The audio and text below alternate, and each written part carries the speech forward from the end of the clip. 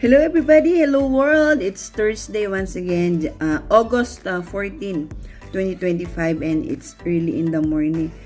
So, katulad ng palagi kong ginagawa, self-talk, tapos pray in the morning. So, napadaan tayo sa isang news na talaga na ako din, napaisip ako kung ito ba ay totoo or hindi. This regarding the AI or the artificial intelligence, yung itong nag-escalate sa social media na kinain yan ng isang organ, yung isang trainer. So, ito upon investigation, upon checking and thoroughly research, nalaman natin na ito ay AI generated din talaga.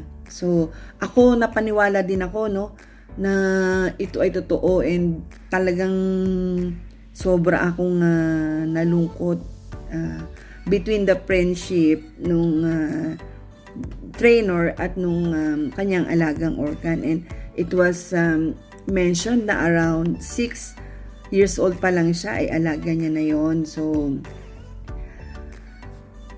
tayo ay nag-imbestiga, no, na wala namang lumalabas sa news ng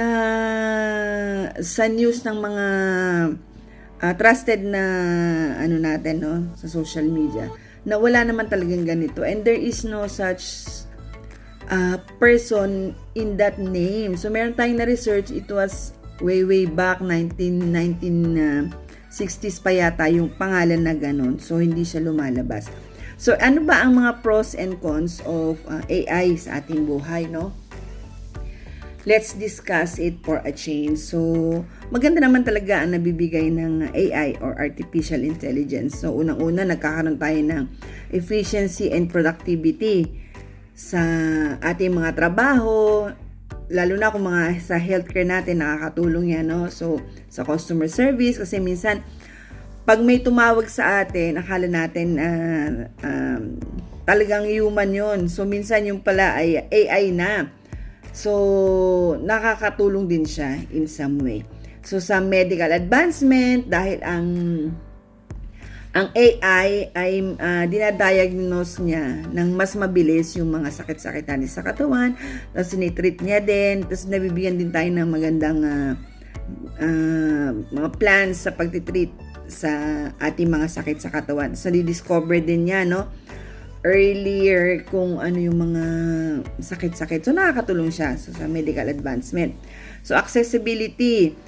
Yung AI is powered tool assist people with disabilities, no, such as speech recognition and visual aids. Kasi ngayon marami na nakikita natin na talagang advanced na nakakatulong yan sa ating mga people of determination. Ayan. So, malapit na din ako dyan, ano, kasi na tayo pa-senior na daw tayo. Ayan. So, data analysis, yung AI can process yung malaking amount ng data ng mas mabilis. At saka, katulad sa mga researchers, mas mabilis siyang gagawa. So, personalization, yung AI or artificial intelligence enables personalized experience sa shopping, sa entertainment, sa education. Ayan. So, yan yung isa sa mga magandang na idudulot naman sa ating mga buhay. So, automation in dangerous tasks. So, di ba? Pag may AI tayo, ina-handles niya yung mga hazardous jobs natin. Reducing risk of human workers. Halimbawa na lang yung mga nagmimina, yung mga nasa disaster response. So, yun, nakakatulong yun. So, ano naman ang mga cons sa buhay natin ng AI? Yun nga, job replacement. So, dati, pag nag-call center, this is just an example of what we've experienced. Pag ang call center, malaman mo na you're talking to really human. So ako ito na ko nung nakaraan, no, nadali din tayo dito because akala natin human, yung pala AI na yung ating kausap. So meaning na nare-replace na tayo, no, job replacement nga, kasi etong mga ganito, yung mga automation na ito, like sa call center, nagkakaroon to na this will lead to unemployment sa certain sectors affecting nung livelihood ng ating mga workers. Ito ang number one na talagang ayaw na ayaw ko about the AI, yung privacy concerns natin. Kasi yung AI system requires large amount of data, raising issues about data security and personal privacies. So, parang nawawalan tayo ng privacy sa life natin because of the AI. Ayan. So, bias and discrimination. So, ang AI can perpetuate bias present in training data leading to unfair treatment. Ayan. Baka yung mga sagot natin in AI na nga lang, ano. So, ito nga, pag nasa school, kasi 'di ba sabi nila, yung AI, malaking tulong talaga dun sa school. Kaya lang, parang nagkakaroon na tayo ng sense of responsibility natin na, for example, before nung kami talagang pumunta ka sa library, so ngayon, i-AI mo na lang lahat. So parang tinatamad na yung utak mo mag-isip. So that is my personal paniniwala lang, hindi lahat. So, yun nga, nagiging dependent tayo kasi may AI naman. So, dati as the Google, as the books, punta tayo sa library, tanungin natin. Kaso, dahil may AI na nga, doon na lang tayo. Parang napapalitan yung human skills natin and critical thinking ng AI, which is hindi siya maganda. So, security risk, AI system can be vulnerable to hacking or malicious use such as deep fakes. Ito yung nangyari ngayon na regarding doon sa Orkan at doon sa trainer niya. Deep fake talaga yung nangyari doon. So, kayang-kayang palitan. No, na-generate na. Pero pag inanalyze mo naman yung pinakang video, malalaman mo na talagang AI siya. So ano pa ba? Ethical dilemmas. AI raises questions of accountability. Ayan. Yung pagdi-decision making natin, yung moral considerations natin, yun yung nagiging cons ng AI. Ayan. So, suma total, 'di ba?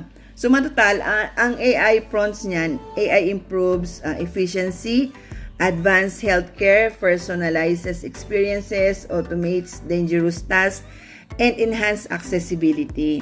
So, ang cons naman ng AI, it can cause jobs na mawalan tayo ng trabaho, raise privacy and security issues, ayan.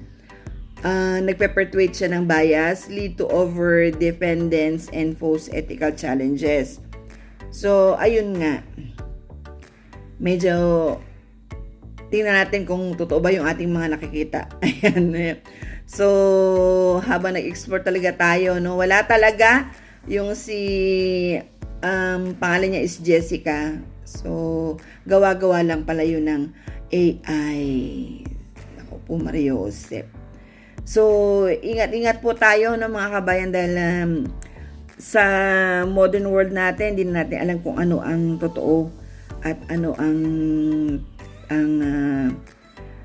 pakita lang sa ating mga naked eye. So, same as with relationship. So, kailangan alamin talaga natin, baka deepfake din yan, no? So, alamin natin or kuhanin natin yung mga nakakatulong sa atin, sa buhay natin, ito with regards to the AI. At kung hindi naman siya nakakatulong sa atin, medyo isang tabi lang natin. So, yun lamang po at magandang araw po sa inyong lahat. So, today is August 14. And we discuss about the AI. So kayo ba, ano bang pananaw nyo dyan regarding the AI na yan? So ano bang naitutulong sa ating buhay, sa inyong buhay, at ano nga ba ang hindi magandang naitutulong? So God bless everyone. Happy Thursday. By the way, everybody, this is not an AI generated. Ako po talaga to. So follow nyo ako sa aking social media accounts, B. Laurelia, Grace and Grit. So again, this is not an AI generated. Ako po yan. Yes. V po sa inyong harapan. At magandang umaga po again. At magandang araw, magandang hapon. Basta magandang araw. Happy Thursday po sa ating lahat, kung saan man tayong panig ng mundo.